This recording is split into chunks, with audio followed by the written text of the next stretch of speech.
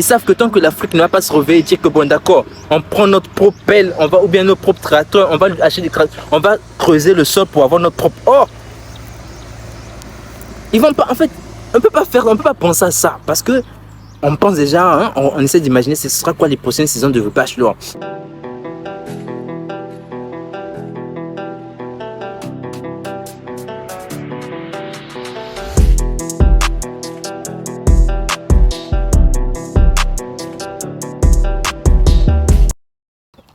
Alors, salut à tous, j'espère que vous allez bien.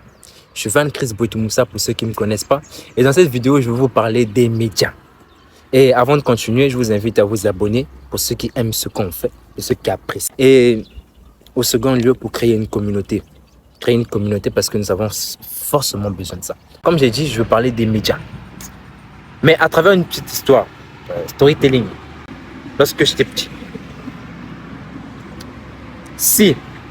Si YouTube n'avait jamais existé, je vous assure que j'aurais cru qu'il n'y aurait pas d'espoir en Afrique. Il n'y aurait pas d'espoir au Congo. Si YouTube n'avait pas existé, je vous assure que j'aurais cru que toute ma vie, en fait, il ne devait rien se passer au Congo pour moi. Plus rien. Vous savez pourquoi? Parce qu'il y a des personnes que j'ai suivies, comme mon père suivait le journal. On voit que des problèmes au Congo. On voit que des problèmes en Afrique. On voit que la forêt, que la savane.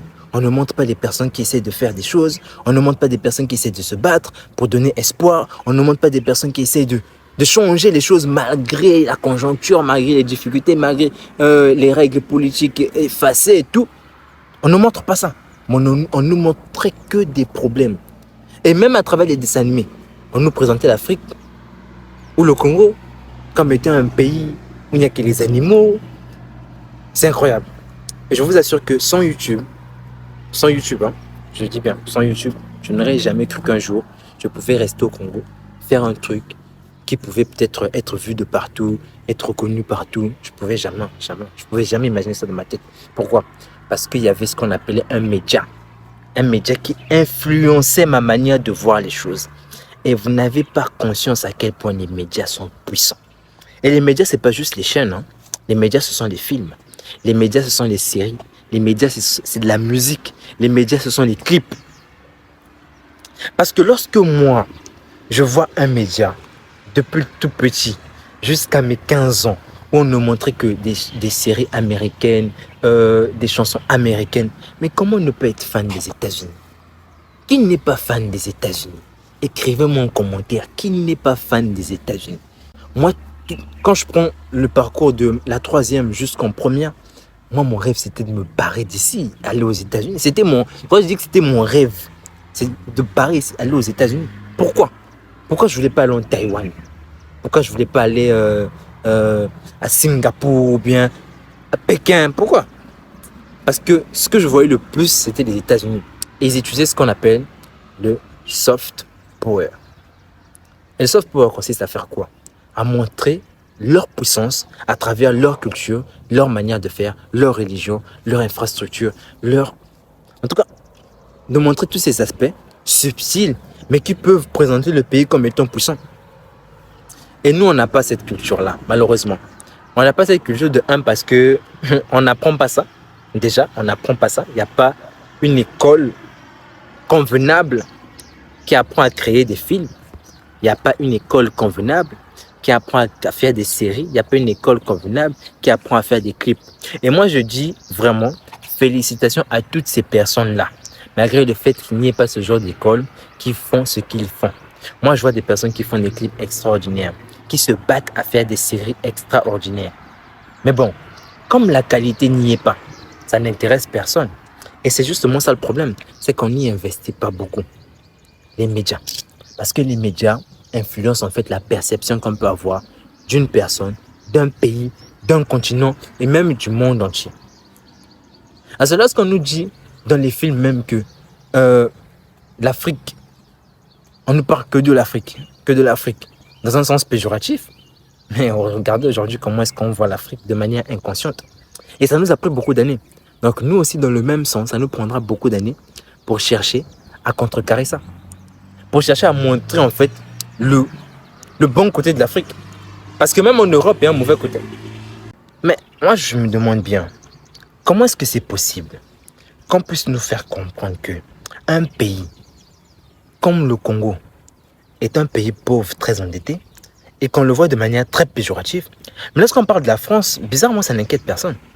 Moi, j'ai toujours dit que toutes les personnes qui pensent que le Congo est plus endetté que la France, ce sont des personnes. Ces personnes-là sont folles, techniquement. Parce que la France a une dette actuellement de 3 000 milliards d'euros. Ça fait mal à la tête. Une dette de 3 000 milliards d'euros.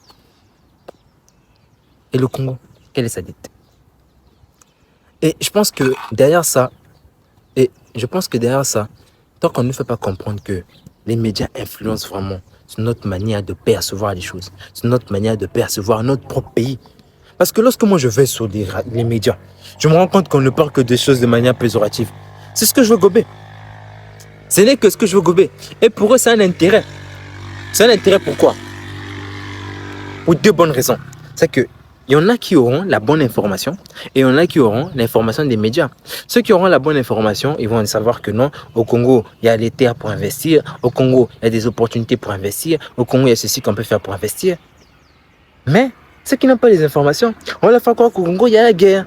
Au Congo, il n'y a que la corruption. Au Congo, il n'y a que ceci. Mais l'histoire même de la corruption, là, il faudrait qu'on soit clair dessus. Lorsque chez nous, je n'encourage pas la corruption, mais il faut savoir un truc, c'est que nous ne sommes même pas le pays le plus corrompu. Les pays les plus riches, là, ce sont les pays les plus corrompus. Parce que lorsque chez nous, on parle de corruption, chez eux, là, ils appellent ça l'obéi. Donc, ils appellent ça l'obéi. Donc, ils veulent toujours tout camoufler. Et ce n'est pas pour se sentir victime, non.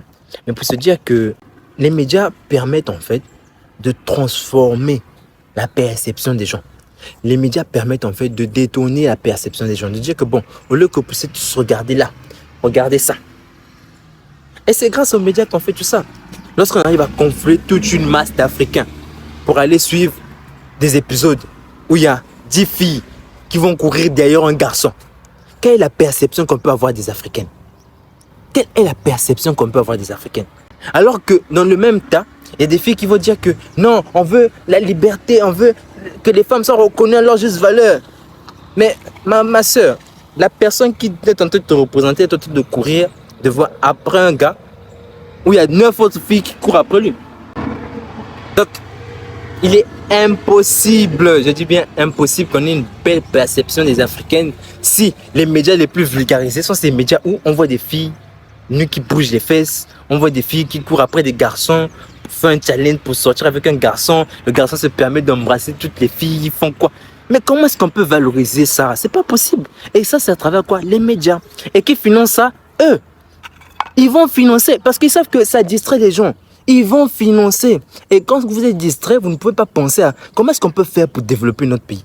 Comment est-ce qu'on peut faire pour investir dans notre argent? Comment est-ce que vous n'allez pas penser à ça? Parce que lorsque votre vie est déjà assez difficile, il faut vous détendre, ça je comprends un peu. Et puis, donc vous n'allez pas penser à ça. Ils vont vous parler des noms, des histoires des gens, vous allez vous intéresser. Et c'est comme ça qu'on cherche à nous avoir à travers les médias. Et c'est à ça que servent les médias. Pour détourner l'attention des gens. Pour que vous ne puissiez pas penser aux choses sérieuses. Vous pensez que pourquoi? D'abord, vous pensez vraiment que sincèrement, ce sont les Africains qui financent le bachelor. Soyez un peu sérieux. Qui finance les bachelors? Lorsqu'on a des grands chaînes comme Canal+, ce qui se passe, c'est quoi? C'est que quelqu'un vient, il a un programme, il présente, et après on finance ça. Surtout quand ça va dans l'intérêt de la chaîne. Surtout ça. Il y a même des États qui financent des chaînes. Parce qu'ils savent que ça va dans leur intérêt.